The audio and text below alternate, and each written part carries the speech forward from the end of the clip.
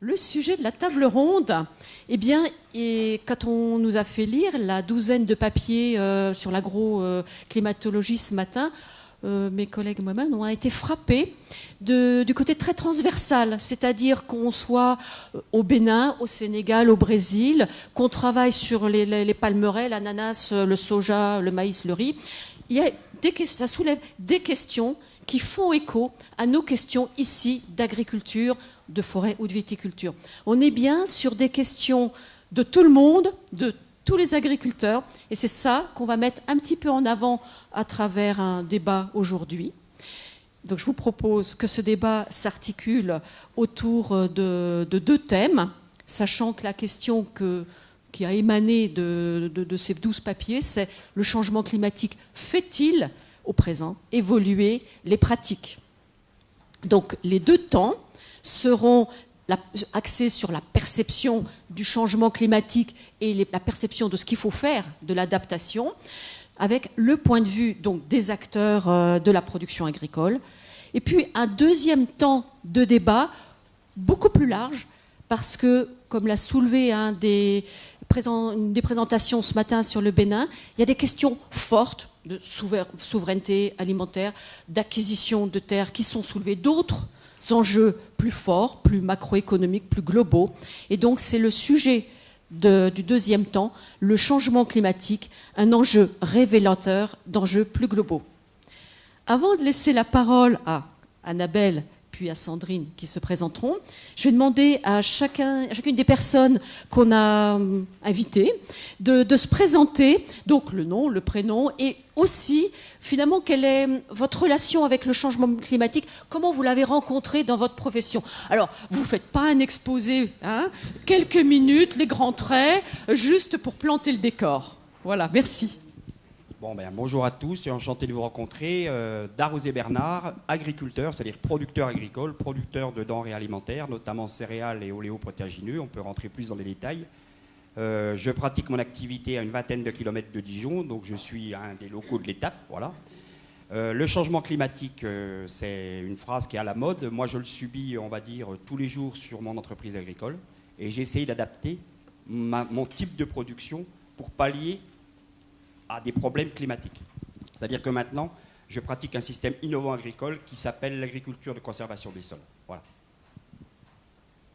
On en reparlera tout à l'heure. Donc, André Le Seigneur. Alors, moi, je ne vais pas représenter la Bourgogne, puisque je représente une ONG qui s'appelle Agronomes Vétérinaires Sans Frontières, et on travaille dans 20 pays sur 3 continents. Donc, le changement climatique, on le voit à des zones très variées. On en parlera tout à l'heure. Hein. C'est quand même pas la même chose si on est en Afrique ou dans les Andes. Hein, donc, il y a des différences très, très fortes. Et j'excuse Katia Roche, qui a été marquée sur le papier là, de table ronde. Elle travaille, elle est salariée. Moi, je suis bénévole. Enfin, j'étais bénévole puisque j'ai arrêté mon mandat il y a 15 jours. Donc, j'ai travaillé pas mal de temps là-dessus. Hein, voilà. Bonjour, Christine Monami. Donc, moi, je suis issue du bureau interprofessionnel des vins de Bourgogne. Donc, je représente en gros la viticulture bourguignonne. Le changement climatique, on ne l'a pas eu comme ça un jour en pleine face. Simplement, on réalise des observations, notamment sur la phénologie de la vigne depuis de nombreuses années. Et c'est comme ça qu'on s'est rendu compte qu'il y avait, sur certains paramètres de la phénologie, entre autres, et des composantes du rendement, un certain nombre d'éléments qui laissaient à penser, même plus laissaient à penser, qu'effectivement, on avait un impact. Et ce matin, Thierry, de la présentation, effectivement, la rupture, elle date de 87-88. La rupture climatique et les changements importants qui ont eu lieu derrière. On pourra en reparler aussi.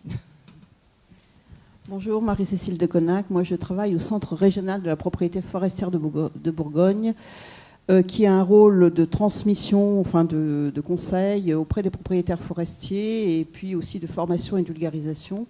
Et notre travail, c'est justement, par rapport à différentes techniques, de leur transmettre, de faire un peu le lien entre la recherche et les pratiques sylvicoles à mettre en œuvre.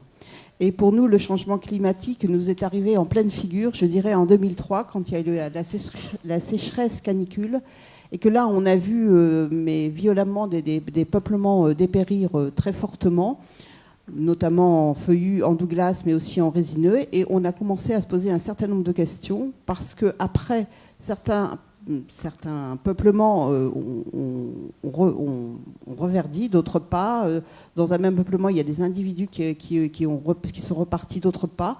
Et à ce moment-là, on s'est posé un certain nombre de questions et on a commencé à travailler de manière un peu plus proche de la recherche, et notamment avec l'INRA Champenoux, l'équipe Breda, sur les adaptations, sur les réponses, sur l'eau dans le sol, sur la manière dont les arbres prenaient l'eau, enfin, on a plein de questions auxquelles on n'a pas encore de réponse. Et nous, notre grande problématique, c'est qu'on est sur des cycles de production extrêmement longs. Ce qu'on plante aujourd'hui, on va le récolter au mieux dans 50 ans et sur les fûts dans une centaine d'années.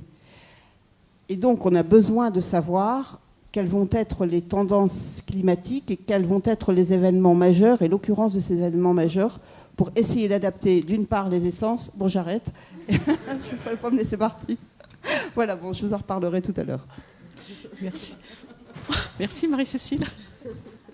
Sébastien Gervois, je travaille au CETIUM, donc c'est un institut technique agricole qui fait le lien ou le pont entre les instances publiques, donc la recherche, mais aussi le ministère, et les professionnels agricoles, donc les agriculteurs en premier plan, mais aussi les chambres et les coopératives. Et donc le changement climatique, on l'a un peu dans les deux sens, c'est-à-dire on a tous les jours en accompagnement des agriculteurs sur s'adapter à la variabilité climatique, mais aussi dans l'autre sens, c'est-à-dire réduire en fait l'impact de l'agriculture sur les émissions de gaz à effet de serre.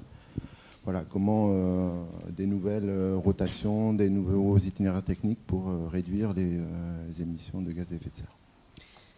Bien, et bien, merci pour cette présentation. Et vous avez pu constater qu'on partait très très vite sur la perception du changement climatique. Alors maintenant, je vais passer la parole comme animatrice à Annabelle Larmure, qui est donc enseignant-chercheur à AgroSup Dijon, en agroécologie. Annabelle, tu vas démarrer cette question par ton impression, et puis ensuite les participants, et ensuite la salle. Merci. Bonjour à tous, merci d'être venus à notre table ronde. Moi, je suis invitée à animer cette table ronde parce que je travaille depuis un certain nombre d'années avec l'équipe de climatologues ici. Vous avez peut-être vu la présentation de Thierry Castel ce matin. Et on s'est rendu compte qu'un échange mutuel entre climatologues et agronomes, je suis agronome, nous faisait avancer chacun dans cette problématique du changement climatique. Donc, le rôle d'un agronome, c'est d'aider à la gestion de la production agricole, d'apporter des réponses. Et donc, c'est pour ça que je vais vous proposer de vous lancer sur le premier point, qui est la perception du changement climatique et l'adaptation du point de vue des acteurs de la profession agricole.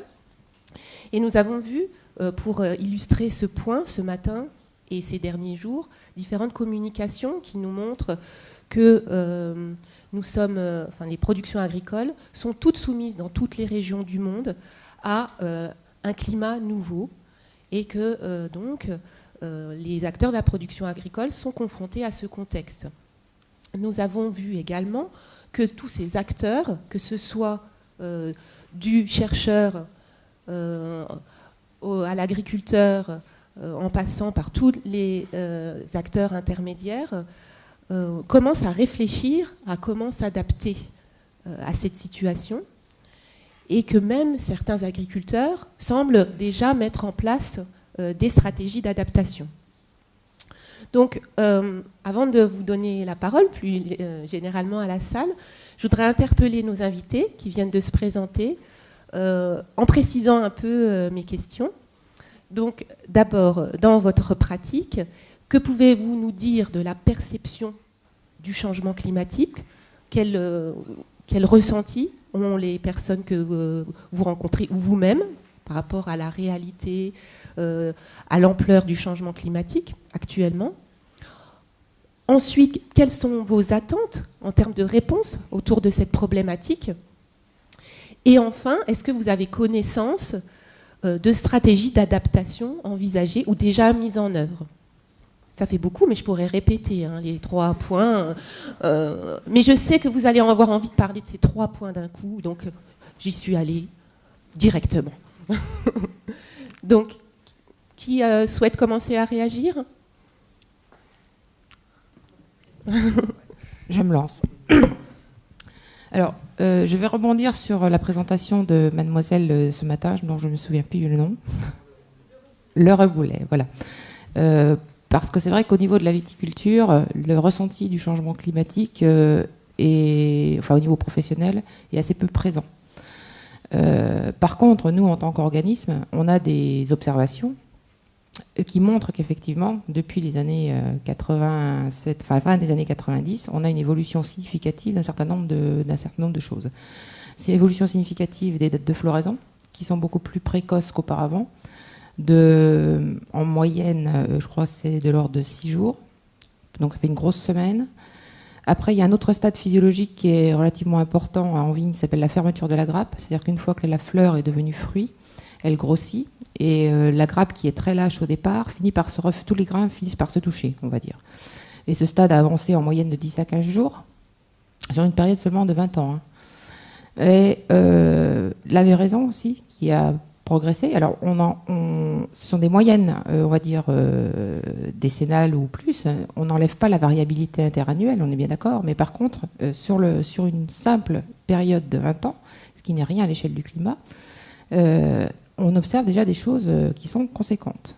Hein, fermeture de la grappe et puis maturité, puisque on ne parle plus de bande vendange parce qu'on n'en a plus chez nous, mais les dates de vendange, en moyenne, sont plus précoces, environ 3 semaines.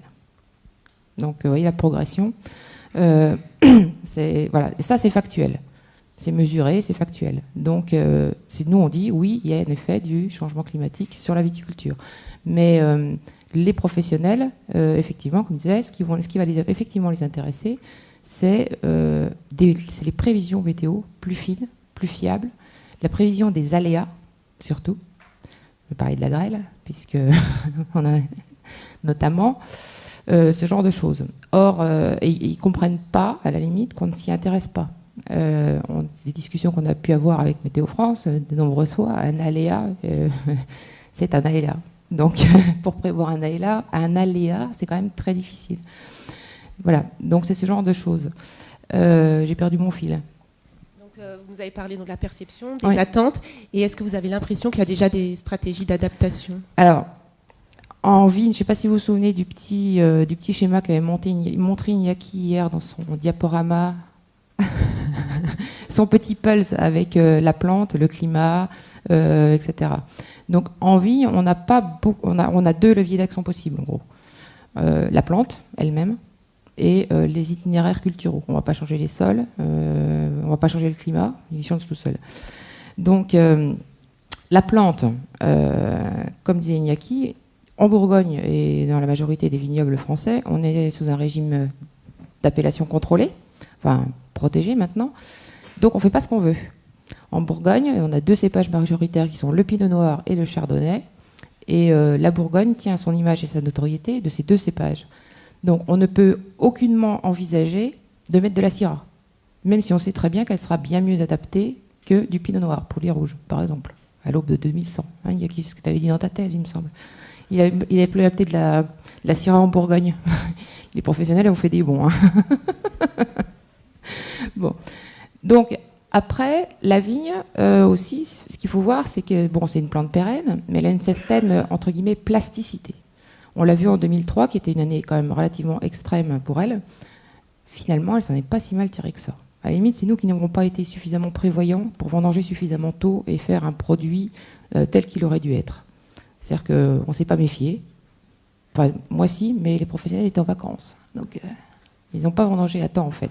Et cette différence de typicité, entre guillemets, entre 2003 et les autres millésimes, elle vient simplement d'un manque d'anticipation par rapport à des dates de vendange.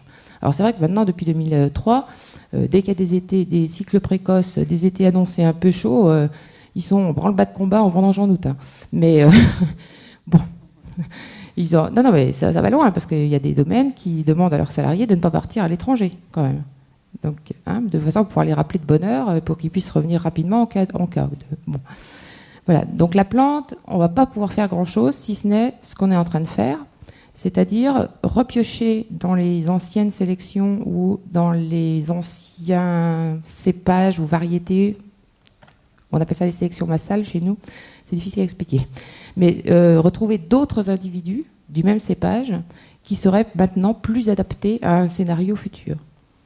Alors c'est très long, parce que évaluer un cépage ou un clone, ça prend en une vingtaine ou une trentaine d'années, mais c'est la seule solution que l'on peut avoir en viticulture pour pérenniser la viticulture bourguignonne. Sachant que dans le cas du changement climatique, honnêtement, la Bourgogne, elle a tout à gagner plutôt qu'à perdre. Hein. Mais comme le Val-de-Loire, en fait, puisque on va avoir des meilleures conditions de maturation, alors que jusqu'aux les années 80, des fois on était un peu limite même niveau maturation, notamment sur les rouges. Voilà, donc on a tout à gagner. Le souci qu'on peut avoir, effectivement, c'est le décalage des stades phénologiques et notamment le gel printanier. Mais bon, après, c'est peut-être un moindre mal, je dirais, par rapport aux conditions de maturation sur lesquelles on peut gagner. Et après, l'autre moyen de levier d'action, ça va être les itinéraires techniques. Il y a déjà un certain nombre de choses qui existent dans le sud de la France. On ne va pas dire qu'on n'aura plus qu'à transposer, parce qu'on n'a pas les mêmes densités de plantation, on n'a pas les mêmes façons de travailler, mais il y a déjà beaucoup de choses qui sont étudiées ici et ailleurs, dont on pourra s'inspirer pour s'adapter, en clair. Donc c'est vrai que les pistes de recherche d'adaptation, elles ne sont pas spécialement étudiées, on va dire, si ce n'est pas au niveau du cépage, mais pas trop au niveau itinéraire technique, quoi. D'accord, pas encore. Ouais, non, pas trop, en fait. Donc, non, l'autre inconvénient qu'on risque d'avoir aussi en viticulture, c'est que le climat, les températures remontent, mais elles remontent avec tout un flot d'insectes et de maladies aussi, qu'on ne connaissait pas jusqu'à présent, et que l'on est en train de subir aussi. Ouais. Mais vous avez le même problème en forêt. Alors. Du coup, vous voulez rebondir sur la forêt? Donc, une Moi, production agricole j'essaie de reprendre.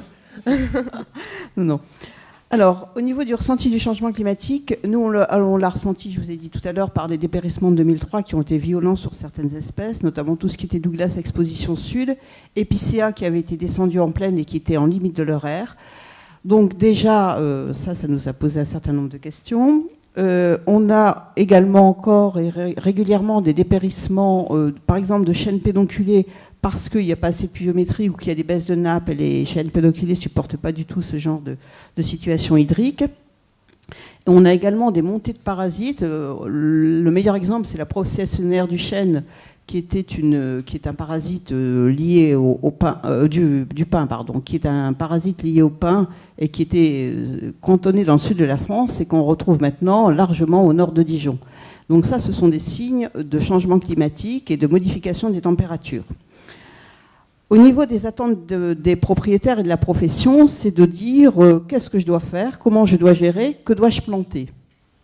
Bonne question. Nous, on est incapable de répondre en tant que professionnels. Les chercheurs cherchent mais n'ont pas de réponse actuelle. Alors, oui, parce que l'arbre et le peuplement est complexe. On a souvent enfin, je veux dire entre guillemets des retards, c'est-à-dire que quand on prend la sécheresse de 76, les dépérissements de chênes sont apparus presque une dizaine d'années après. Et c'était lié à la sécheresse de 76. Donc on sait aussi que les peuplements et les arbres ont des capacités de réaction. Par exemple, les chênes vont décureter, ils vont perdre de la masse foliaire pour pouvoir résister à trop de chaleur. Donc il y a des adaptations intra-spécifiques et au niveau des peuplements. Ce qu'on met en œuvre actuellement sur les stratégies, c'est d'une part, on essaye d'expérimenter, c'est-à-dire qu'on va faire remonter, on va installer en plantation comparative, par exemple, des essences qui viennent du sud. On va essayer de mettre en place, là, sur 2015, tout un programme où on va essayer de planter, d'installer du chêne pubescent, qui est déjà présent en Bourgogne sur les plateaux calcaires exposés sud et secs, mais on va voir ce que ça peut donner. On essaye également, pour le Douglas, qui est l'une des grandes productions bourguignonnes, de planter des variétés qui sont plus du sud, des variétés californiennes, alors que jusqu'à présent, l'aire du Douglas les Douglas qu'on installait en Bourgogne étaient des Douglas de l'Oregon et de Colombie-Britannique, donc plus au nord de l'aire du Douglas aux États-Unis. On essaye aussi également d'adapter les sylvicultures en essayant de réfléchir à la manière d'utiliser au mieux l'espace et au mieux les réserves en eau du sol, et en essayant de promouvoir des sylvicultures que l'on pense, parce que là il faut encore le prouver avec la recherche, économes en eau. Donc il y a deux stratégies actuellement, deux grandes stratégies, je dirais, sylvicoles en France et en Bourgogne. Il y a une stratégie qui dit que puisque les aléas sont importants, on trouve, nous, qu'il y a de plus en plus d'occurrences de tempêtes, qu'il y a de plus en plus de coups de vent, qu'on a des sécheresses plus rapides, qu'il pleut beaucoup en automne et qu'à partir de la saison de végétation, on a beaucoup moins d'eau. Donc, pour diminuer tous ces risques, il y a notamment sur les résineux, des gestions qui sont des gestions très courtes. C'est-à-dire que lorsque les peuplements ont 40-45 ans en Douglas, qui font 1 mètre cube ou 1 mètre cube 2, on rase et on reboise. On a une deuxième réflexion, une deuxième piste de réflexion qui est de gérer au plus proche de la nature, ce qu'on appelle pro-sylva, la sylviculture proche de la nature, où on essaye sur un même espace de mélanger les âges, les tailles, les espèces, donc d'avoir ce qu'on appelle une gestion en irrégularisation ou en futée irrégulière. Et même en futée régulière, on essaye aussi de mélanger pour plein de raisons différentes, et surtout parce que les espèces peuvent réagir ou répondre différemment à des problèmes des aléas climatiques. Et sur les boisements, les installations, les plantations, on resserre, je dirais, sur l'autécologie des essences. On sait par exemple que l'épicéa est un montagnard, qu'on l'a trop descendu. Maintenant, on ne plante quasiment plus d'épicéa en Bourgogne, sauf sur le Haut-Morvan. Le Douglas, on ne mettra plus en exposition sud, on fait très attention aux chênes pédonculés. Donc on essaye, avec les connaissances actuelles en autécologie des essences, de caler au mieux les essences dans leur optimum biologique. Et on essaye aussi d'augmenter la variabilité génétique, notamment dans les plantations. C'est-à-dire que si on régénère naturellement un peuplement de Douglas, on va installer dedans des plants qui proviennent d'autres pépinières, d'autres origines, pour faciliter et augmenter la variabilité génétique. Donc c'est des réponses que l'on a actuellement sur la partie forestière. Merci beaucoup pour la viticulture et la forêt, des réponses très claires. On peut peut-être passer aux grandes cultures. On commence par l'interprofession, et puis, puisque tu as le micro, et puis après on verra avec Monsieur Darozet pour le professionnel, l'agriculteur. Et après on prendra de la hauteur sur l'ensemble du monde avec André. Alors, du point de vue de l'interprofession sur les oléagineux, colza, tournesol, donc je vais surtout parler du colza parce que c'est quand même l'espèce que je connais le mieux. En termes de perception du changement climatique, c'est les automnes en fait qui sont plus doux, et du coup la plante est beaucoup plus sensible au gel après pendant l'hiver. C'est-à-dire qu'en fait il y a une élongation du colza à l'automne, et après elle est beaucoup plus sensible donc au gel pendant la phase hivernale. Donc c'est pour ça que les travaux qui ont été présentés par Thierry là ce matin, de résistance au gel et d'endurcissement des plantes, et voilà, quelque chose qui nous intéresse de près. Alors après, sur la perception de changement climatique, c'est aussi en termes de variabilité, je dirais, climatique. C'est quelque chose qui est constaté sur le terrain. Alors, je ne sais pas si les climatologues travaillent là-dessus, mais c'est en termes de persistance en fait des anomalies climatiques d'un mois sur l'autre. C'est-à-dire, par exemple, on a plusieurs mois avec, je dirais, le même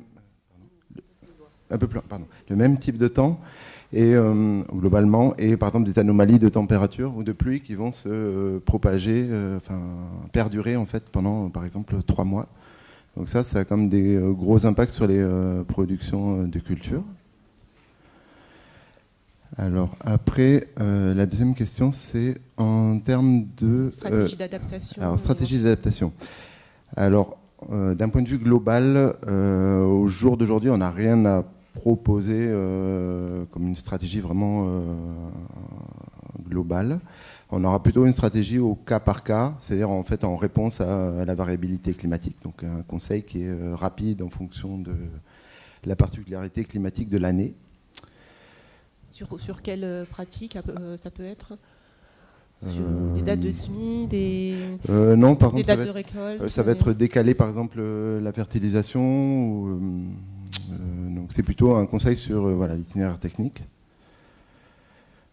Après, en termes d'attente, alors là, on a plusieurs attentes. Je dirais que une des grandes attentes, ça a déjà été dit ce matin, c'est en termes de prévision saisonnière. Parce que là, du coup, ça permettrait de diminuer un petit peu les aléas, si on pouvait les anticiper à l'avance. Alors, je sais que c'est un terme qui est étudié déjà depuis un moment. Et même qu'il y a des travaux en cours actuels, enfin au moins Météo France, sur qu'est-ce qu'on peut tirer des prévisions saisonnières pour l'agriculture. La deuxième attente, c'est c'est au niveau des maladies. Donc maintenant, il y a des travaux, mais ça commence un peu au balbutiement, c'est-à-dire comment vont évoluer les maladies des cultures dans le changement climatique.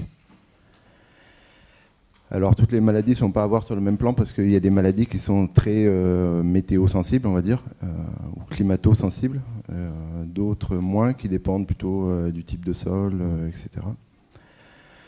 Donc sur les maladies qui sont, on va dire, climato-sensibles, finalement on s'est rendu compte que, comme c'est dit ce matin, rajouter 1 degré ou rajouter 2 degrés, finalement c'est pas du tout l'évolution prévue de la maladie, parce que c'est beaucoup des effets seuil, et donc qui dépendent énormément de la variabilité future du climat. Donc là, c'est des travaux en balbutiement, mais on a beaucoup d'attentes de ce côté-là. Donc j'ai plus d'attentes que de solutions à proposer. Mais, je crois que j'avais fait à peu près le tour. J'ai dû oublier des choses, mais je compléterai plus tard. Oui. Monsieur Darrouzet, pour les grandes cultures en Bourgogne ? Oui, alors je vais essayer de reprendre les 3 points, mais ça ne va pas être évident parce que j'ai tendance à m'écarter. Alors n'hésitez pas à me recentrer. C'est pas grave. Au niveau du ressenti de la profession, moi j'attaquerai le sujet en parlant de certains types d'agriculteurs qui sont face à un problème climatique et qui ne vont surtout pas changer leur méthode. Donc là, il y a besoin d'une réelle adaptation du monde des producteurs, du monde de la recherche, et de nous et de vous. C'est que chacun doit agir sur le climat à venir des 20 prochaines années. J'entends par là d'être un peu plus respectueux de l'environnement. C'est un type d'agriculture que j'essaye de bâtir. Je m'y investis énormément. Je suis le trésorier national d'une association qui s'appelle l'APAD, l'Association pour la promotion de l'agriculture durable. Je suis le président local Bourgogne-Franche-Comté de la PAL Centre-Est. N'hésitez pas à vous mettre en rapport avec nous pour voir toutes les solutions qu'on peut avoir, plus respectueuses pour l'environnement, la biodiversité et le climat. On se rend compte, il y a des travaux qui sont sortis le 23 juin 2014 sur les pratiques agricoles entre labour, non-labour et semi-direct, l'agriculture que je pratique, semi-direct. Le fait de ne plus labourer les terres, on abaisse la température moyenne de 2 degrés. Moi, ça m'interpelle. Il y a réchauffement climatique, ok. Si chacun de nous faisions des efforts, à tous les niveaux, on empêchera une partie du réchauffement climatique. Bon, là, il y a des climatologues, c'est pas moi que je vais leur apprendre ça. Ils vont peut-être me dire, vous avez tort, on peut en débattre aujourd'hui ou une prochaine fois. Donc moi, j'ai essayé de m'adapter, donc en pratiquant un système agricole plus respectueux des sols, pour arriver à avoir des sols vivants, des sols qui fonctionnent. Le but, c'est de copier les autres. Quand je dis copier les autres, c'est copier la nature. Arriver à recréer dans mes parcelles, dans mon environnement pédoclimatique, le milieu forestier et le milieu prairial. C'est-à-dire que c'est des systèmes qui sont 100% autonomes, où l'homme n'y fait pratiquement rien, et ça pousse. Bon, non. Ça produit peut-être pas 1 mètre cube et demi, je ne sais pas, au mètre carré en 50 ans, j'y connais rien.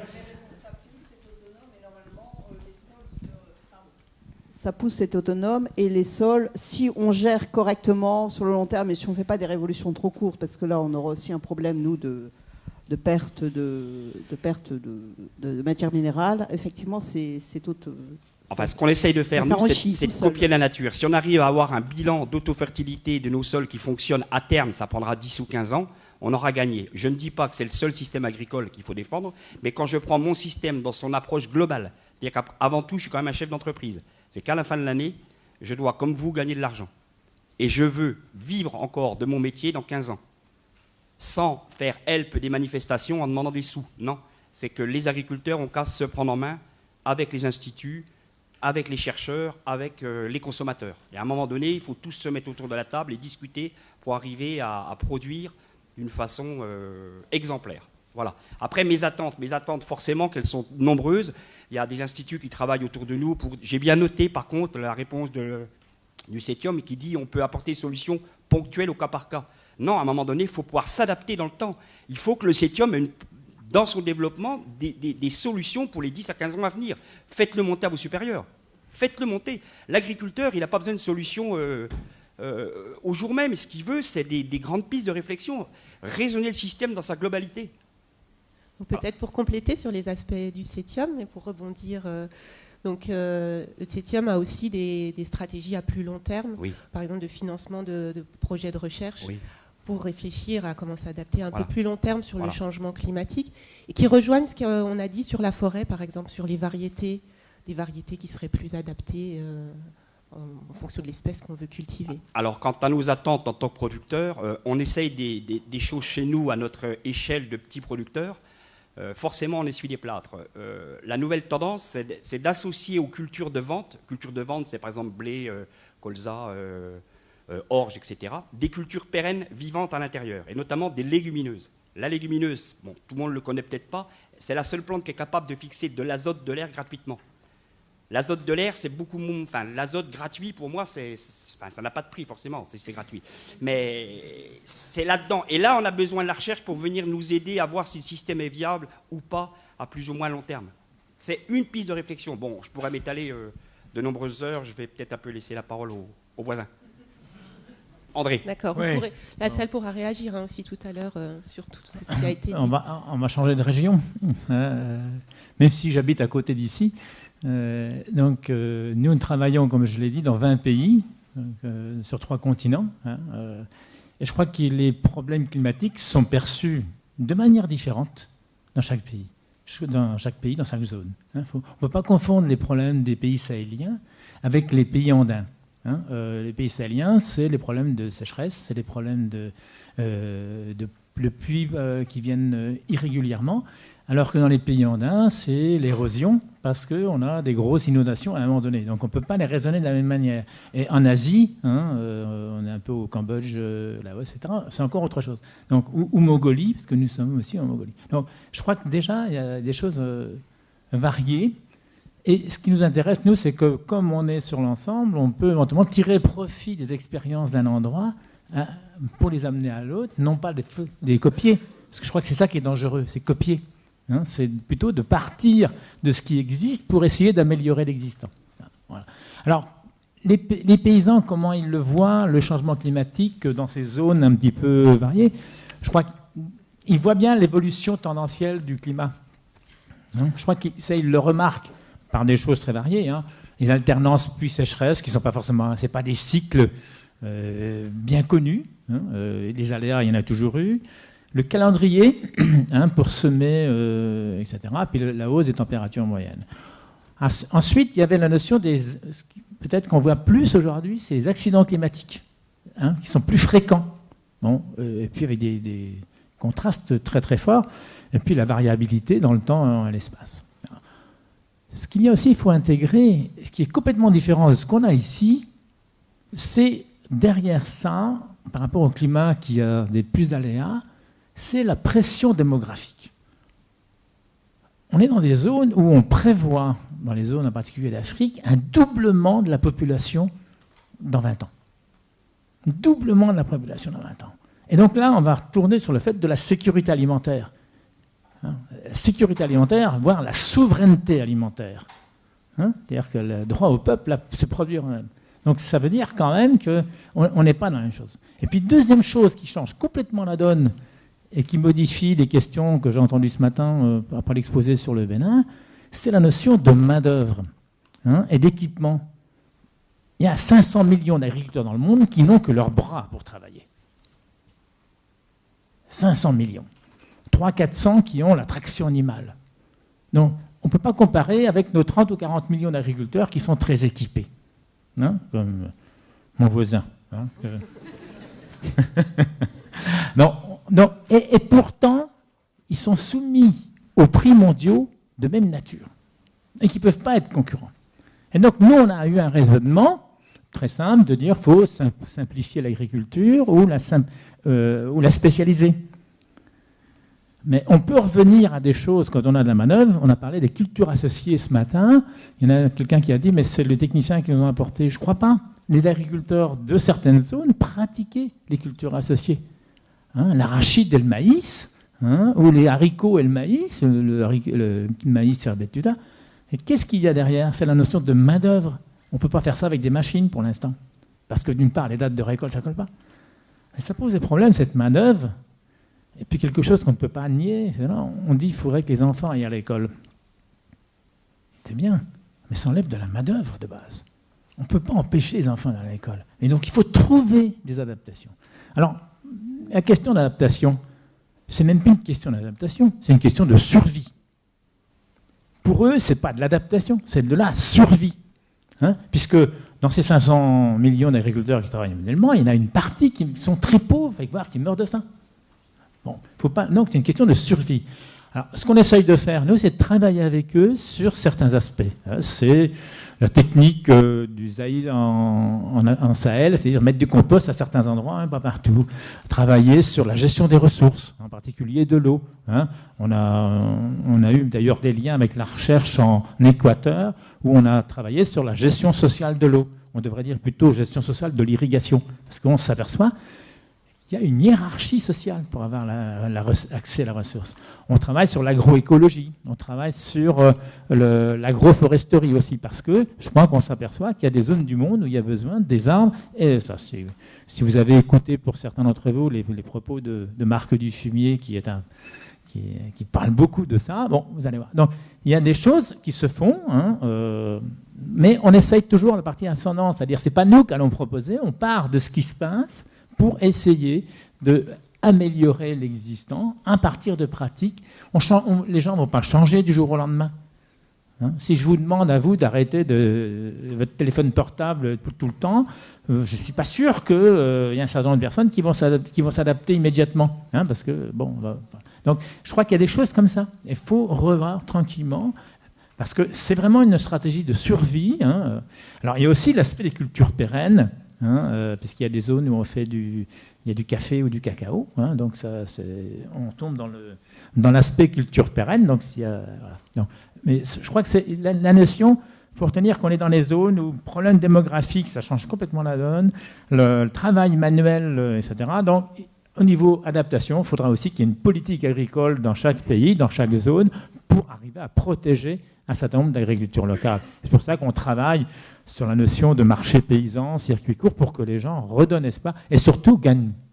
Tu l'as dit tout à l'heure, il faut gagner sa vie, mais eux aussi, envoyer un enfant à l'école, il faut de la monnaie. D'accord ? Et puis on retravaille un peu sur l'association agriculture-élevage, parce qu'on a des zones de pastoralisme, et des fois il y a des conflits entre agriculteurs et éleveurs, parce que dans les périodes un peu difficiles, on essaye de grappiller des terres, etc. J'ai peut-être été un peu long. Merci. Non, pas plus. Non, merci. Merci. Donc, on reviendra bien sûr dans le deuxième point sur ces enjeux plus globaux, notamment la sécurité alimentaire, qui sont vraiment essentiels. Donc, merci d'avoir apporté chacun un point de vue concret. Est-ce que certains ont envie de réagir ou d'interpeller, de donner son point de vue ou d'interpeller nos invités ? Merci. Je suis Guy Cagnot, du Centre national de recherche météorologique à Météo France Toulouse.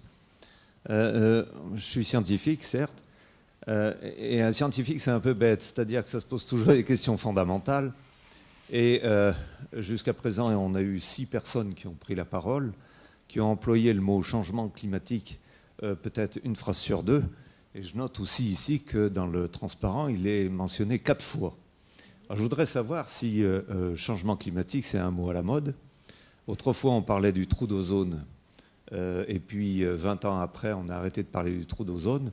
Maintenant, on parle du changement climatique. Alors, qu'est-ce que c'est ? Je suis un peu étonné de ce mot-là, depuis assez longtemps. Pourquoi ? Parce qu'on s'imaginait autrefois que le climat, c'était quelque chose de stable. Or, c'est complètement faux. Madame Masson-Delmotte nous a fait un excellent exposé en disant que le climat, c'est tout sauf quelque chose de stable. Et forcément, il y a des changements énormes qui ont affecté le climat à toutes les échelles, c'est-à-dire à l'échelle actuelle. Alors effectivement, on a des changements importants à l'heure actuelle, mais il y en a eu également dans le passé.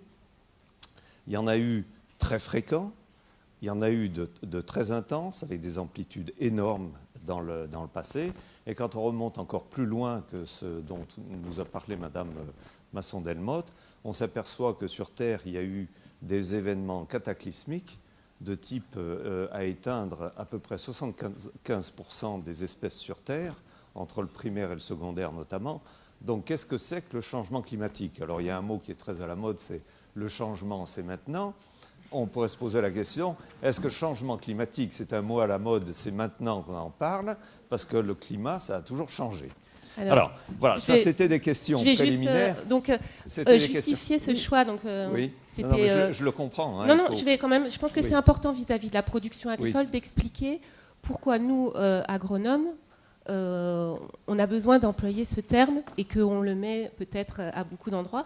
Bon, ce que j'ai cru comprendre, parce que moi je ne suis pas climatologue, c'est que ce changement dans l'ère humaine, il est exceptionnel par sa rapidité à l'échelle de temps humaine. Et c'est pour ça que ça a une importance pour les producteurs agricoles. Mais je suis d'accord par avec rapport, vous, mais ça, le climat reflète des changements très intenses avec sur des échelles de temps très courtes et avec des amplitudes énormes.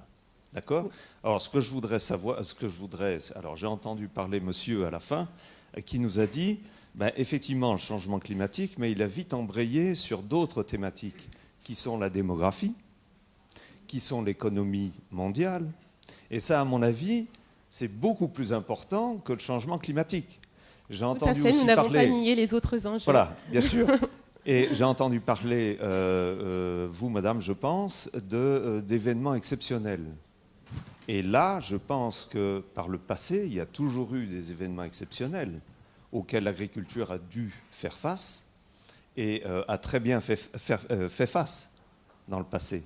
Donc, moi, je me pose la question, qu'est-ce que c'est que le changement climatique à des échelles présentes, par exemple, et est-ce qu'on parle bien de la bonne chose quand on dit il faut s'adapter à des changements qui ont toujours existé, qui ne sont pas forcément associés à un mot un peu à la mode, qui est le changement climatique. D'accord, merci. Voilà. Est-ce que quelqu'un veut réagir donc, Yves Richard et ensuite Iñaki Garcia. Merci Yves Richard, climatologue. Ici, on a un atelier sur le lien entre climat et l'agriculture. Donc le changement climatique, ici, pour nous, on peut le mettre en relation avec le néolithique, puisque le néolithique, c'est le développement de l'agriculture. Le changement climatique que l'on est en train de vivre actuellement, c'est le changement le plus important depuis le néolithique, donc depuis que l'agriculture existe. Bien entendu, il y a eu d'autres changements climatiques plus anciens, plus importants, mais à cette époque-là, l'homme n'était pas agriculteur, voire n'était pas présent sur cette planète. Donc nous sommes une génération qui devons faire face au changement climatique le plus important depuis que l'homme est agriculteur, c'est-à-dire depuis plusieurs milliers d'années. Ça correspond, du point de vue des scientifiques, à peu près à ce qu'on appelle l'Holocène, donc une dizaine de milliers d'années. Iñaki, tu souhaitais réagir également ?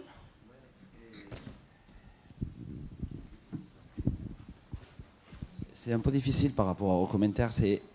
Il y a cet aspect des néolithiques, mais on a de la chance aussi que grâce à l'agriculture, on a des informations qui viennent depuis quelques siècles, qui nous permettent de voir, par exemple, la production, comment elle a évolué, les dates de vendange que j'ai montré hier, un peu l'idée. Et on a vu qu'il y a eu pendant des siècles des aléas et des moments dans lesquels on avait des situations catastrophiques. Il y a eu l'année 1816 où il y en a eu une éruption volcanique qui a carrément laissé le monde sans été. Donc ça a généré une perte énorme. 4 ans plus tard, on a eu une des années les plus chaudes jamais enregistrées, avec une avancée terrible. Je pense qu'en fait, au niveau de l'agriculture, ce qu'il faut voir, c'est que des événements comme ça, on a toujours observé. Les années 40, c'était très chaud, c'est pas nouveau. Après, on a eu une période très très sèche et très froide qui a perturbé. Et les problèmes pour moi vis-à-vis de l'agriculture. Voilà, encore. Bon, je vais la mettre en bouche. le problème par rapport à la question traitée de changement climatique, c'est qu'on a des retours en tant que scientifique de la part des professionnels et des personnes qui sont sur le terrain nous dire on voit des choses qui changent. Et nous, on a un problème en plus, c'est que selon les climatologues, ça va changer encore plus. Et donc c'est par rapport à ces contextes aussi futurs qu'il y a 50 ans, personne n'imagine. Moi, je me souviens que dans le 19e siècle, il y a eu une période dans laquelle ils ont écrit des livres sur les changements climatiques vis-à-vis d'un refroidissement de la planète et comment ils allaient faire pour s'adapter. Bon, à l'époque, ils n'avaient pas de modèles, c'était des idées. Aujourd'hui, avec ces modèles qui sont générés par les climatologues, on voit ces tendances. Et en fait, d'un coup, on se retrouve placé dans un contexte dans lequel ce qui a évolué dans les 40 dernières années, c'est encore plus petit que ce qui va pouvoir évoluer dans les prochains 100 ans. Et je dirais que par rapport aux réflexions que vous avez faites de dire, voilà, l'économie, la démographie, c'est des choses importantes, oui, effectivement, mais il se trouve que même le changement climatique, il va jouer un rôle à l'intérieur de cette démographie, de cette économie, de la répartition des populations, de la répartition des ressources. Et donc, c'est pour ça que, mine de rien, c'est peut-être un peu tendance parler de changement climatique, mais malheureusement, on a peut-être des raisons de l'avoir un peu à l'ordre du jour, parce que ça affecte trop de choses. Ici, au niveau du monde agricole, on sait que ça peut affecter énormément de mains, qu'il y en a des stratégies à mettre en place. J'ai dit hier, on n'est pas dans un système naturel, on est dans un système anthropisé, donc on a quand même une marge de manœuvre, mais il faut trouver après les bonnes ressources pour le faire. Oui. Annick de Guédroit, Aix-Marseille Université. Je suis climatologue moi aussi. Donc, je suis tout à fait d'accord avec ce qui vient d'être dit sur le changement climatique, mais si vous permettez, moi je serais, j'allais dire presque plus terre à terre. Qu'est-ce que c'est que le changement climatique à l'heure actuelle? C'est une accélération rapide des températures. Or, les températures ont un rôle fondamental pour pour toute l'évolution de la phénologie des espèces végétales, donc de tout ce qui vous concerne, l'agriculture.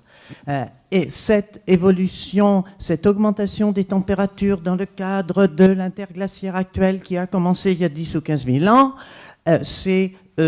ça a commencé très nettement à la fin du 19e et ça vient de s'accélérer depuis les années 80 avec, à partir des années à peu près 2000, un pseudo-palier avec une très faible augmentation. Il n'empêche que les 3 dernières décennies sont les décennies les plus chaudes de tout le dernier siècle et le demi-siècle précédent.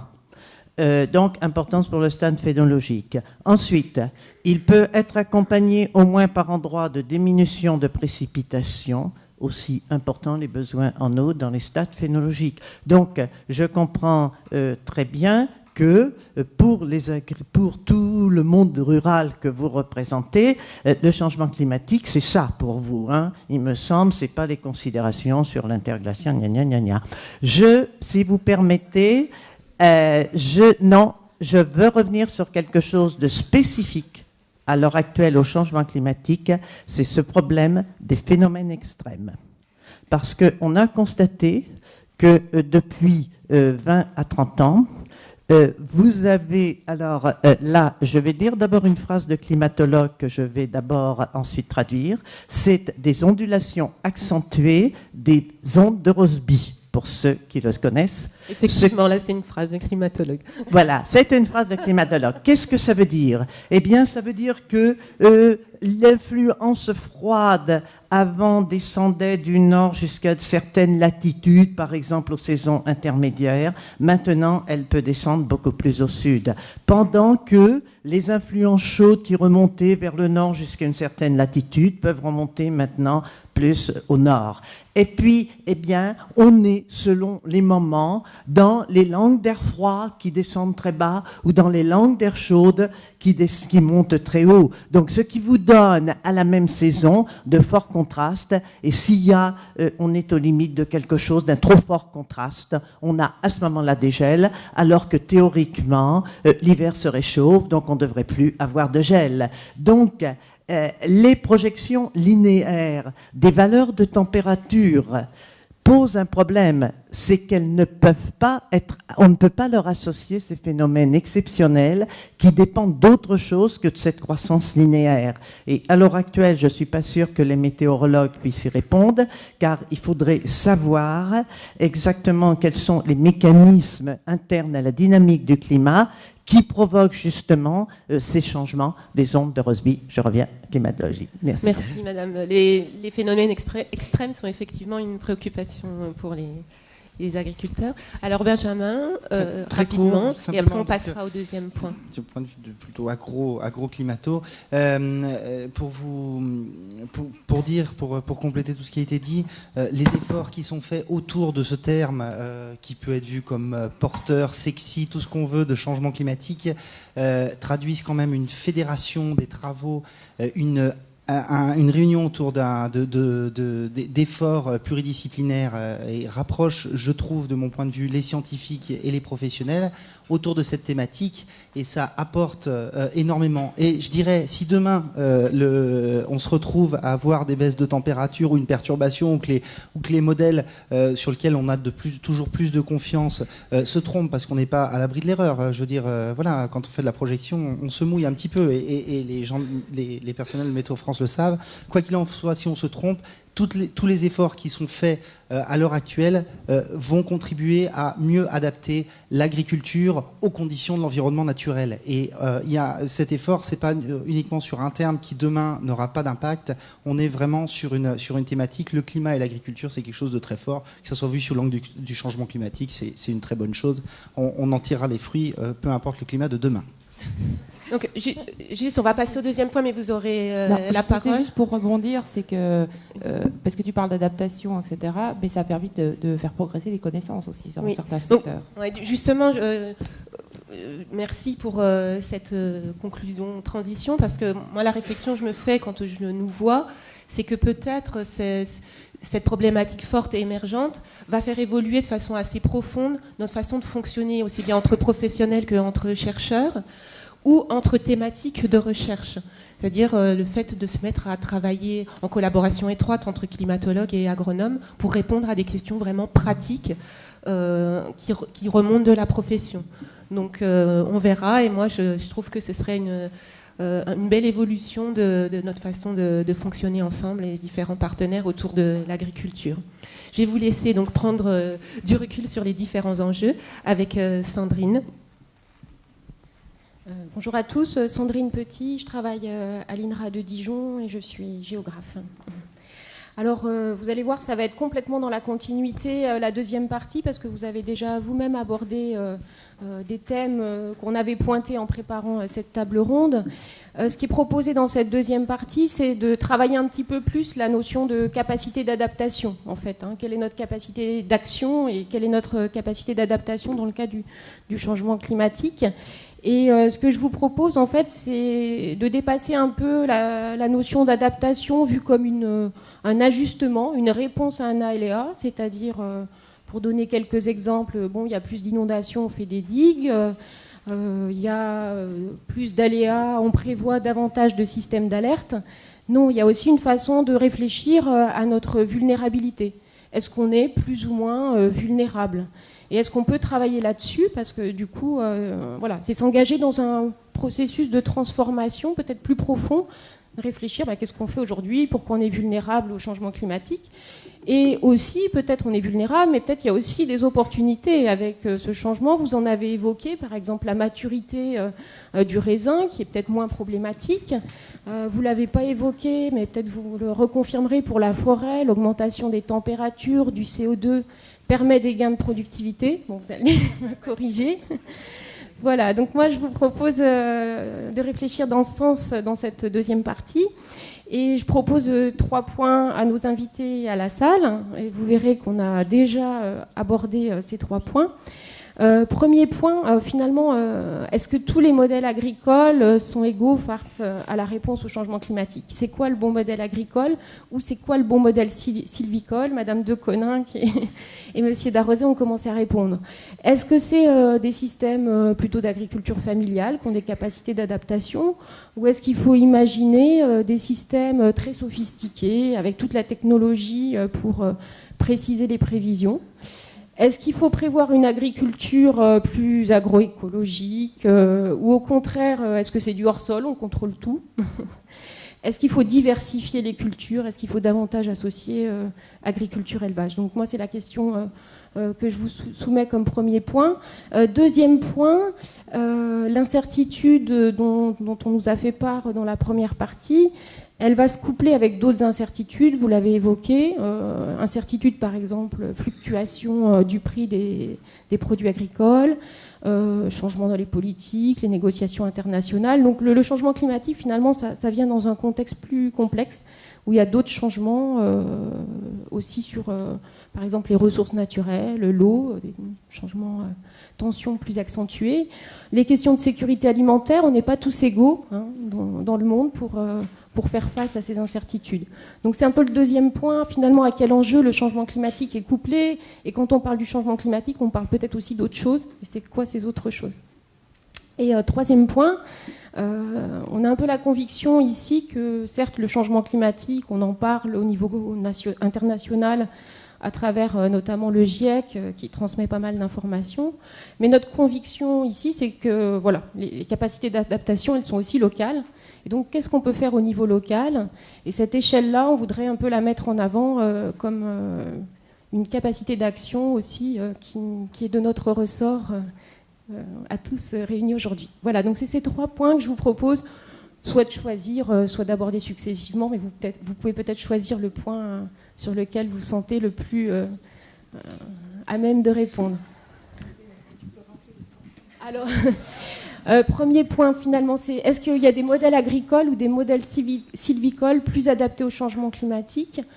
Le deuxième point, le changement climatique, on en parle, mais c'est couplé à d'autres enjeux sur l'environnement, sur le prix des matières premières. Voilà, c'est couplé à quoi d'autre? Et troisième point, finalement, au niveau local, qu'est-ce qu'on pourrait faire? C'est quoi notre capacité d'action au niveau local? Il faut que je désigne quelqu'un ou il y a un volontaire? Bon, il y a des thèmes qui me parlent et qui me tiennent à cœur. J'en ai déjà débattu un petit peu. Je vais amener une réponse, mais le problème, c'est que le public concerné dans ma réponse n'est pas présent. Ça veut dire qu'aujourd'hui, il manque des politiques dans la salle. Parce que, je ne vais pas faire de la politique, mais un agriculteur, il est capable un producteur de céréales ou d'oléoprotéagineux, pas comme de la vigne ou de la forêt, d'essayer de produire différentes, on va dire, denrées alimentaires. Le problème, c'est que pour certaines cultures, il n'y a pas de filière. C'est-à-dire qu'un producteur lambda de Dijon ou peu importe en France, il n'y a pas de filière pour valoriser correctement les légumineuses. Nous, ce qu'on fait en France, c'est qu'on importe des millions de tonnes de soja OGM pour nourrir nos aliments. Tant qu'on nourrira nos animaux avec des protéines végétales fabriquées dans notre continent, c'est la mort de l'agriculture. Alors là, on dépasse un peu le cadre du climat, mais on est capable, sous nos latitudes, de produire des légumineuses. Donc là, je m'adressais aux politiques, ils ne sont pas là, mais si vous les côtoyez dans les couloirs demain, après-demain, ou dans un dîner ou un mariage, il faut leur en parler. Je veux dire, c'est eux nos décideurs. Et malheureusement, il y a de moins en moins d'agriculteurs représentés dans les conseils municipaux et compagnie, et j'en passe, c'est les meilleurs. Mais il y a bien... Ok, on essaie de s'adapter. Je pratique 7-8 espèces de cultures, de récoltes sur ma ferme différentes, pour des volets agronomiques, de qualité de certaines plantes, etc. Ça s'adapte mieux justement au climat, entre des récoltes très précoces et des récoltes très tardives, au cas où on a un été pluvieux. Voilà. On partage les risques, essayer de faire du développement de ces cultures-là. Il y a un réel intérêt agronomique. Malgré tout, il y a un moment donné, quand on a un tas, par exemple, de févroles, hormis les Égyptiens, les Français, les févroles, on n'en veut pas. Ils n'en veulent pas. Moi j'en mange, bon effectivement c'est un peu hard à manger de la févrole, mais ça se mange, c'est des protéines végétales, c'est une question d'habitude. Voilà, je reprendrai la parole un peu plus tard parce que je pense qu'il y a plein de réactions à côté de moi. André, parce que je pense qu'il y a plein de... Je crois qu'il faut accepter qu'il y ait différents modèles agricoles. Je pense qu'il faut surtout accepter ça et ne pas dire qu'un modèle va, je dirais, inonder la planète. Je pense que c'est sur ça. Il ne faut pas oublier qu'il y a quand même plein d'agriculteurs dans le monde qui peuvent nourrir leur population locale. Ça, c'est quand même... Il ne faut pas croire que c'est nous, pays industriels, qui allons nourrir le monde. Le problème, c'est qu'on voudrait le faire et qu'en plus, il y a des enjeux colossaux derrière, de lobbies très, très, très forts, qui freinent un petit peu l'évolution. Bon. c'est vrai, comme tu l'as dit, l'Europe avait signé un contrat pour que le soja vienne. Hein, mais le soja arrive en grande quantité pour nourrir les animaux, et en particulier les porcs, les volailles, mais aussi les bovins. Et aussi, en tant que technicien, j'ai été conseiller de champ, conseiller de gestion, avant d'être enseignant à collègue d'Annabelle. On a quand même aussi véhiculé ça. Hein, l'association agriculture-élevage, c'est quand même pas drôle sur le plan du travail. Demander à un éleveur qui est arrêté pour se passer dans les céréales, c'est quand même plus souple au niveau du temps de travail. Hein. C'est vrai que l'été, les journées font que 24 heures. Mais pour toi, de décembre à mars, c'est cool. Hein. Tu ne vas pas me dire le contraire. Bon. Non, mais je crois que c'est ça qu'il faut avoir ça. Alors peut-être qu'il faut réinventer des modèles d'agriculture-élevage. Parce que tu aimerais bien avoir des influents d'élevage. Bon, peut-être qu'on peut trouver l'adaptation sur 2 exploitations différentes ou dans un autre domaine d'association. Je crois qu'il y en a besoin d'innovation.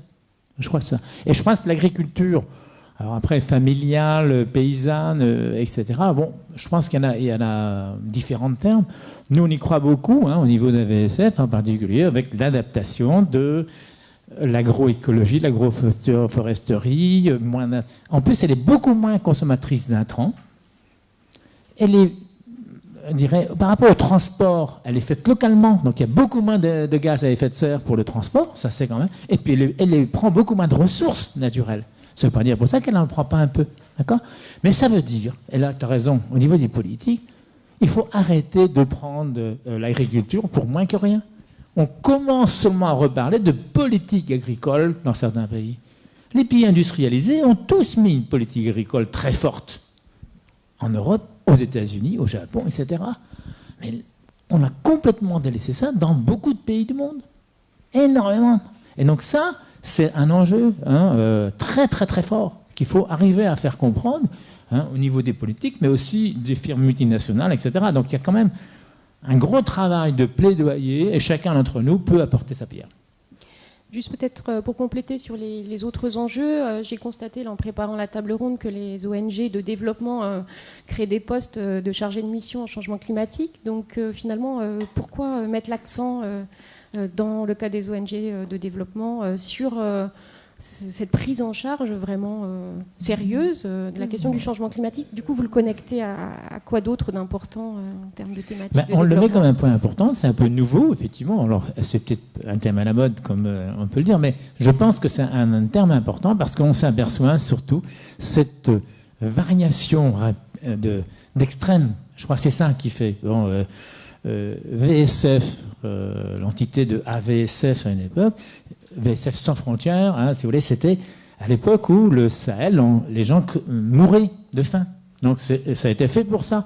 Ça a été au départ. Ça. Et aujourd'hui, on s'aperçoit que le changement climatique, enfin du moins dans cet aspect, c'est un élément c'est pas le seul, puisque nous on travaille sur la gestion des ressources naturelles, sur la commercialisation, l'organisation des paysans. Et je crois que surtout, le changement climatique, ça peut pas se résoudre de manière individuelle.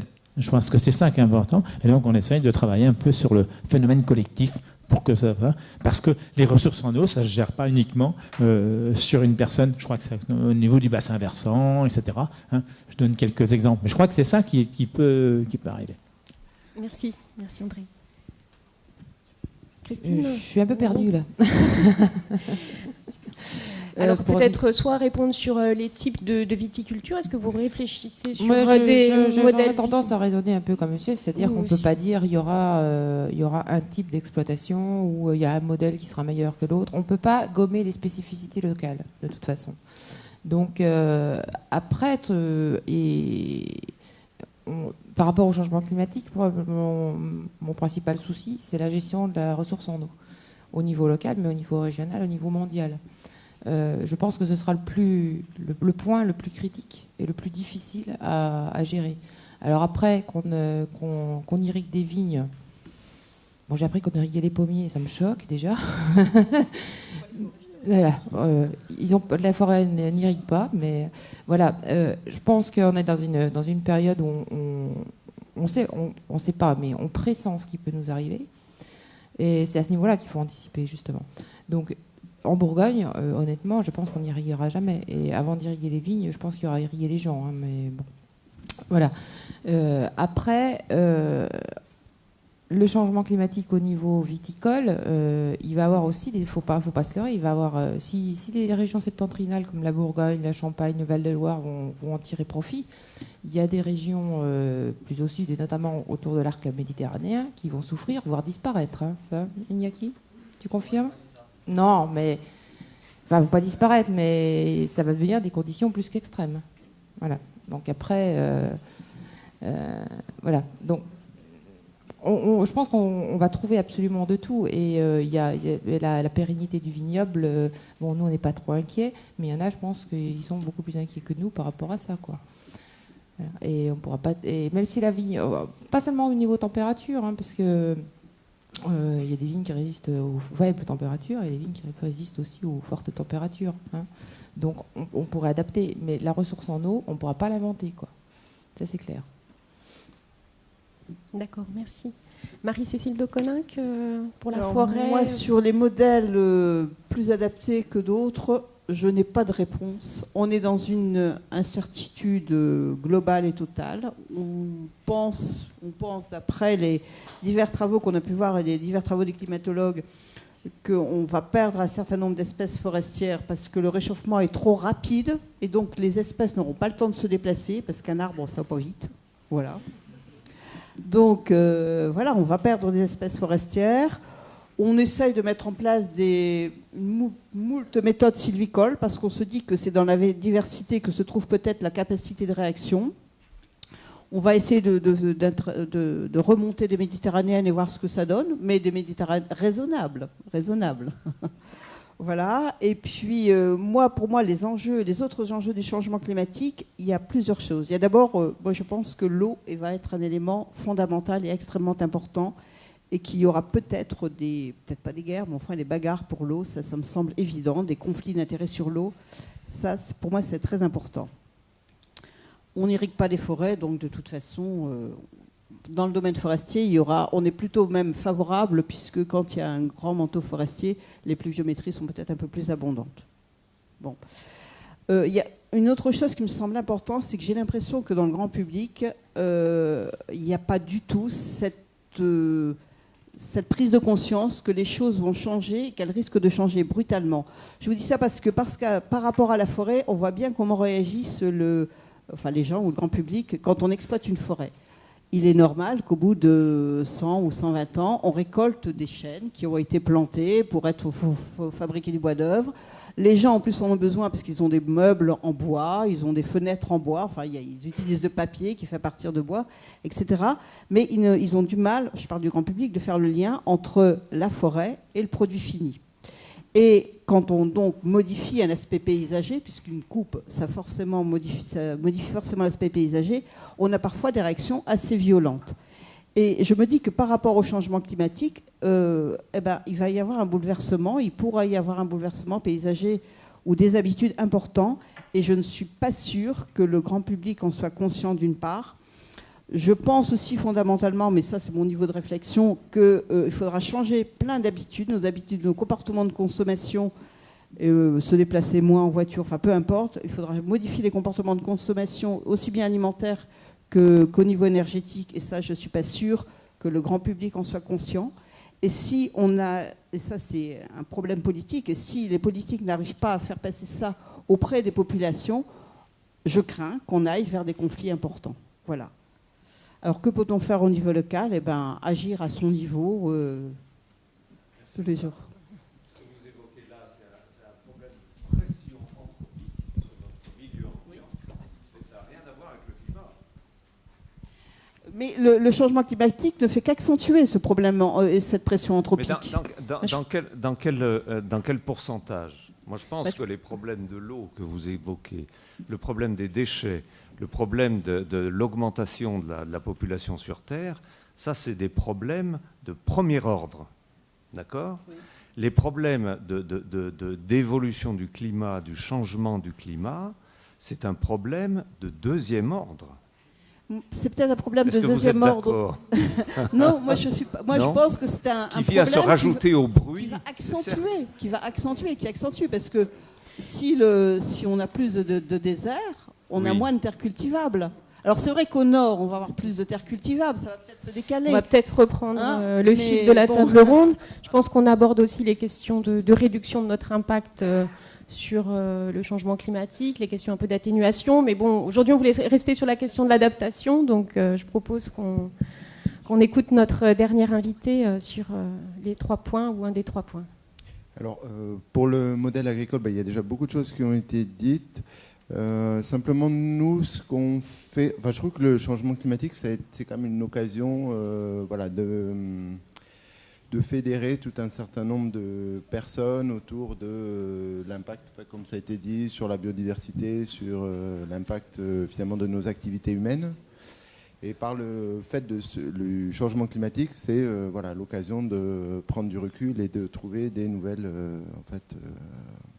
stratégies, nouveaux modes agricoles. Alors, ce que nous, on travaille donc, en partenariat avec les autres instituts agricoles, c'est des réflexions faites à l'échelle de la rotation, c'est-à-dire quelle nouvelle rotation on peut envisager. Donc, on a différentes plateformes en France.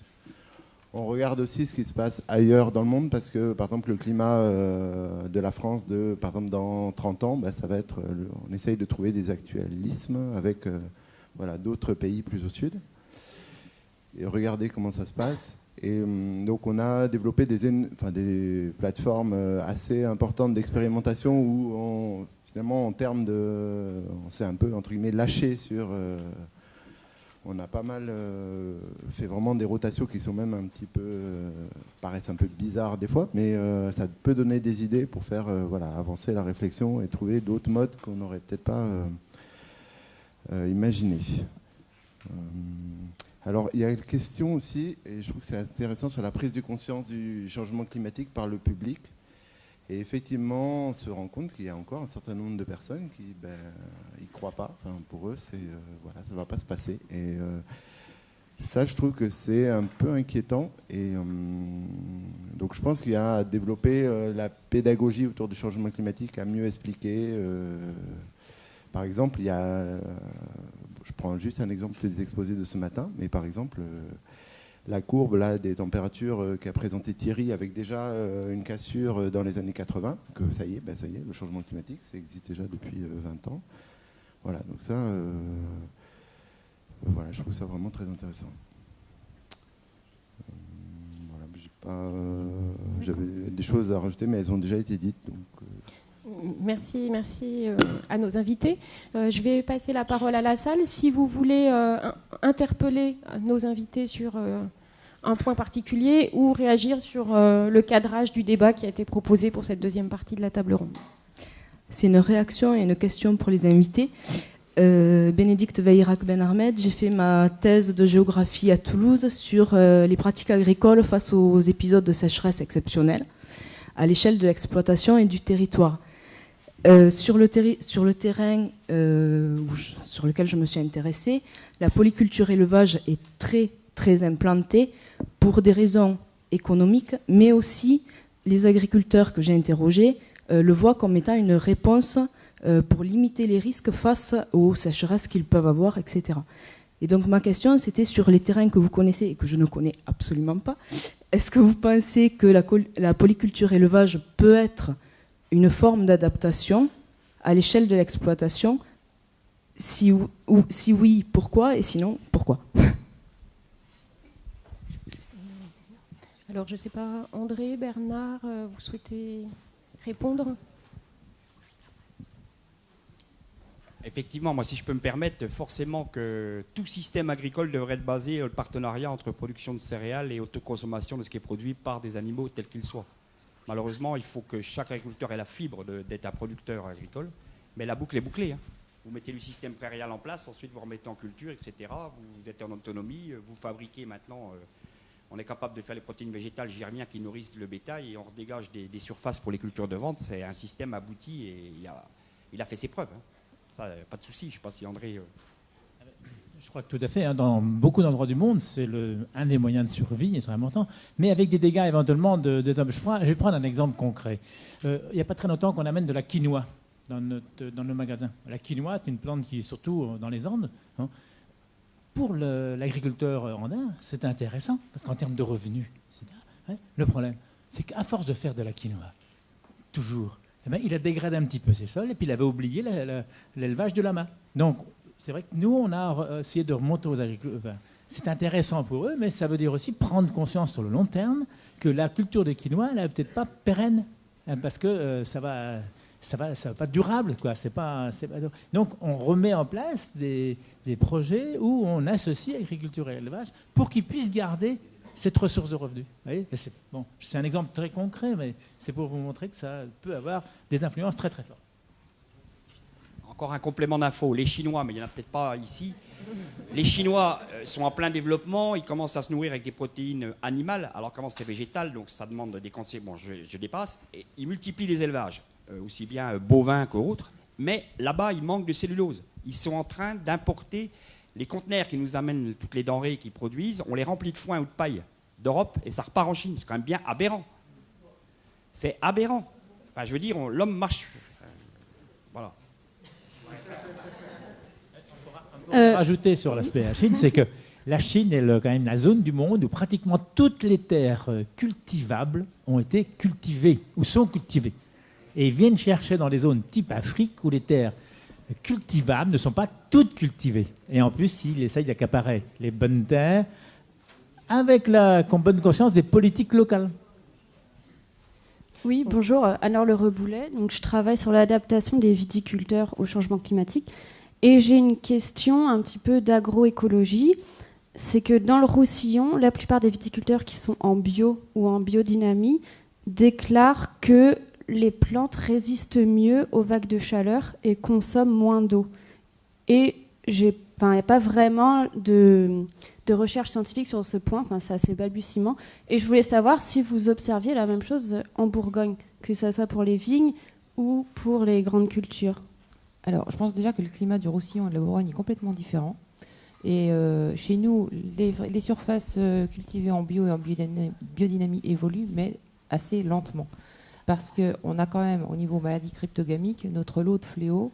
Et gérer ça en bio ou en biodynamie, c'est pas évident du tout ici. De même qu'en Champagne, dans les vignobles septentrionaux, quoi. C'est beaucoup plus facile dans le sud. Vous avez des temps quand même beaucoup plus secs. Hein, parce que nous, l'humidité, on en mange. Hein. Donc, après, sur cette histoire que la plante utiliserait moins d'eau, là, Benjamin, t'en penses quoi, toi? Je suis pas sûre qu'il y ait une réponse, quoi. Alors, moi, je connais un peu les arbres. Hein. C'est pas tout à fait la vigne, mais la vigne, c'est tout de même un système un peu plus complexe qu'une herbacée, tout de même.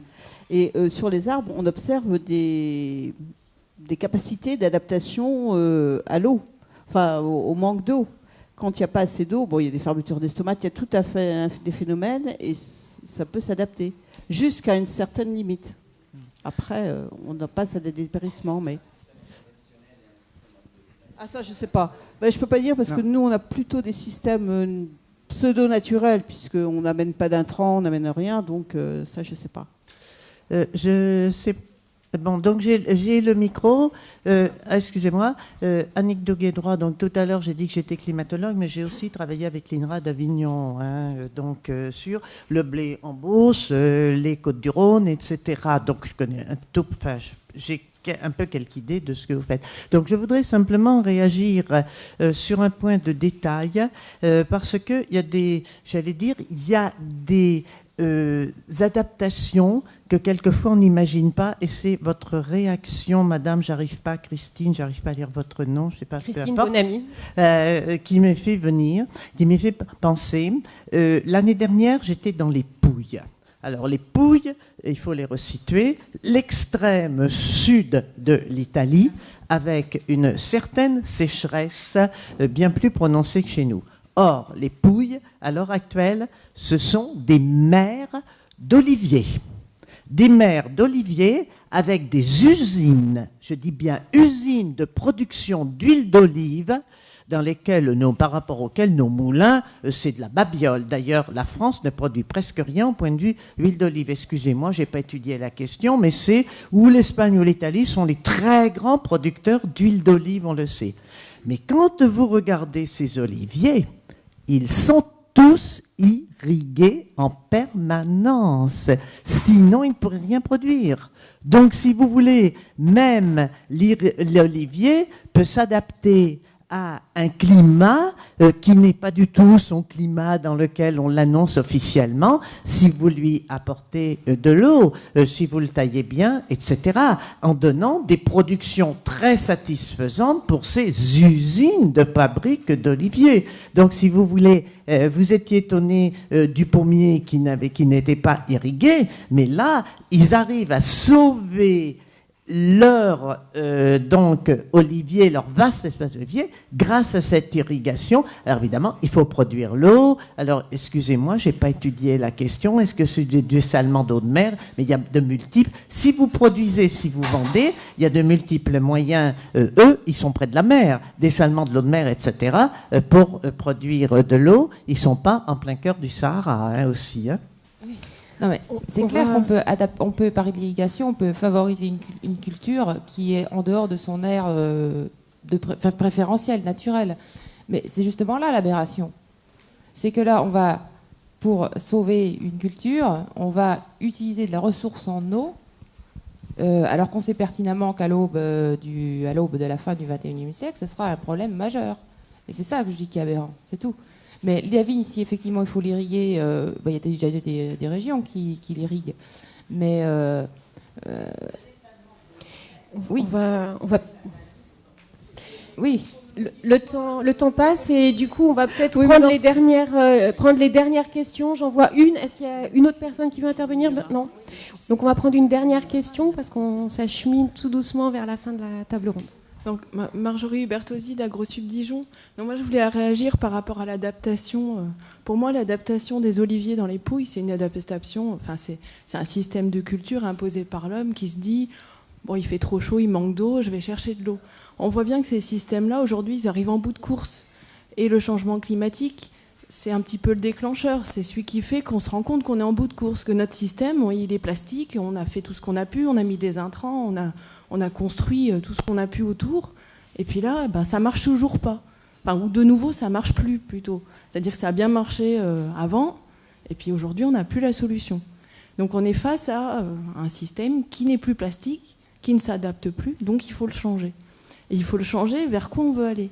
Et c'est là où les autres enjeux rentrent en compte. C'est-à-dire, on se dit, on pourrait ramener de l'eau dans les vignes de Bourgogne. Oui, ok. Mais après, on aura besoin d'irriguer les champs. Puis pourquoi irriguer les vignes et puis pas les champs? Puis moi, je veux irriguer ma pelouse aussi. Donc voilà, on va se retrouver... D'accord? Donc à un moment donné, on va se poser la question pour l'eau, puis on va se poser la question pour les sols aussi. Et voilà, tout le monde va vouloir son bout de parcelle pour pouvoir faire son truc. Donc au final, c'est vers quel modèle on veut aller. Et c'est là où, aujourd'hui, on n'a pas la solution. Mais il faut bien se poser la bonne question. Merci. Donc oui, je vais laisser la parole à nos invités pour un dernier mot très court, s'ils veulent... Oui, c'était un complément de réponse à la question du premier rang quant à l'adaptabilité des plantes à la résistance à l'eau par rapport à un système qui était en biodynamie. Moi, je raisonnerais d'une manière globale. C'est que tout végétal en bonne santé, c'est-à-dire équilibré, résistera mieux à toutes les agressions, que ce soit des bioagresseurs ou du stress de l'eau. Et nous, on le voit bien dans notre système. Le fait de plus tout travailler les sols, on augmente la RU. La RU, c'est la réserve utile des sols. Et les épisodes, comme on a vécu autour de Dijon les 3 derniers mois, on a quand même des plantes qui ont résisté nettement mieux ou au moins gagné 3-4 jours de végétation par rapport à un système différent. Voilà. Mais je pense que l'équilibre, une plante bien équilibrée. Donc après, en France, on s'attaque malheureusement qu'au NPK. On fait des analyses de sol, mais on ne fait pas des analyses de plantes, de voir si la plante, c'est comme l'humain. Un humain qui a bonne santé, il a la pêche, le dynamisme, comme mes voisins. Voilà. Je vous remercie. Donc, je remercie nos 5 invités, donc Bernard Darroset, André Le Seigneur, Christine Monami, Marie-Cécile de Coninck et Sébastien Gervois pour être venus et avoir passé ce temps avec nous et accepter d'échanger. Je remercie aussi la salle. Et pour conclure cette matinée, je passe la parole à Yves Richard qui va faire un petit mot de conclusion. Merci. Juste avant la conclusion, on va aller faire un peu de pub pour mon association. Allez sur le site AVSF, c'est les initiales de ça, et puis vous aurez toutes les informations nécessaires. Et sur la campagne, plus près, plus juste, plus simple. Merci Yves Richard, Université de Bourgogne. Merci pour la qualité des échanges. J'ai essayé d'en tirer quelques conclusions synthétiques. J'ai identifié 6 points. Le premier point, c'est que des agriculteurs et des sylviculteurs du monde entier perçoivent le changement climatique, mais ils se sentent surtout impactés par des aléas météorologiques, par exemple la grêle dans les vignes, aléas climatiques, par exemple le stress hydrique en forêt. Donc c'est très difficile entre ces différents niveaux d'échelle, aléas météorologiques, aléas climatiques et changement climatique, de se positionner. Et c'est là où on a besoin de plus d'échanges entre acteurs, professionnels et chercheurs. Deuxième point, selon leur situation économique, les agriculteurs ont une réflexion à long terme ou ne sont pas en mesure de l'avoir. Certains sont prisonniers de logique à court terme, à savoir bien vendre ma récolte cette année pour survivre. Donc la capacité économique à se projeter sur 10 ou 20 ans est extrêmement variable et c'est quelque chose qu'il faut prendre en compte quand on dialogue avec le monde agricole. Troisième point, agriculteurs et filières techniques réfléchissent à des stratégies d'adaptation. Certains même ont déjà commencé à en mettre en œuvre. Quatrième point, ces stratégies sont très variées. Elles dépendent de la région du monde, elles dépendent du climat, mais elles dépendent aussi du système agricole, du type de culture et du niveau de développement économique.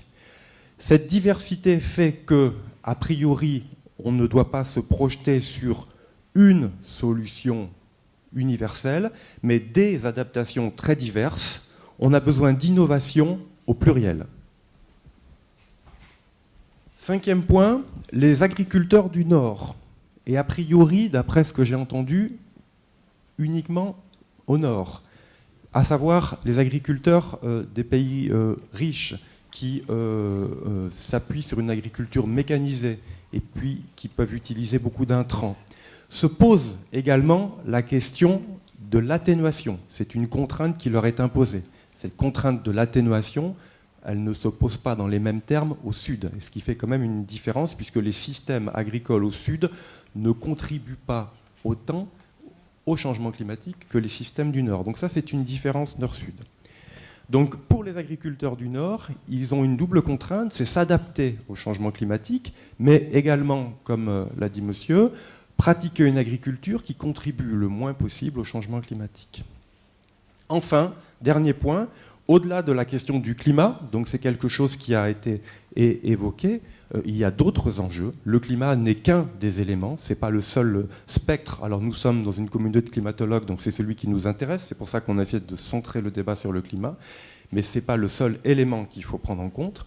Donc l'enjeu, bien évidemment, pour l'agriculture et la sylviculture, c'est de mettre en place des stratégies diversifiées, et non un modèle unique, des stratégies qui soient compatibles avec le développement durable, c'est-à-dire qui préservent l'environnement, le climat étant un des éléments de l'environnement. La question de la ressource en eau a été souvent évoquée. On n'a pas parlé de beaucoup de biodiversité, mais c'est également quelque chose qu'il faut prendre en compte. 2, permettre aux exploitations agricoles d'être viables, pérennes, puisque l'enjeu pour chacun des agriculteurs, c'est quand même de pouvoir continuer à pratiquer son activité. Et dernier point, permettre à l'agriculture de nourrir la population, avec une discussion qu'on n'a pas eue peut-être beaucoup, à savoir est-ce que ça doit être sur des circuits courts ou alors est-ce que c'est globalement à l'échelle de la planète pour enjeu, à savoir si l'ensemble des agriculteurs de la planète doivent nourrir l'ensemble des habitants du monde. Voilà, je ne sais pas si j'ai été complet. En tout cas, je vous remercie pour cet échange. Je pense que c'est quelque chose qu'il faut reproduire, que c'est par l'écoute mutuelle que l'on avance le mieux. Merci.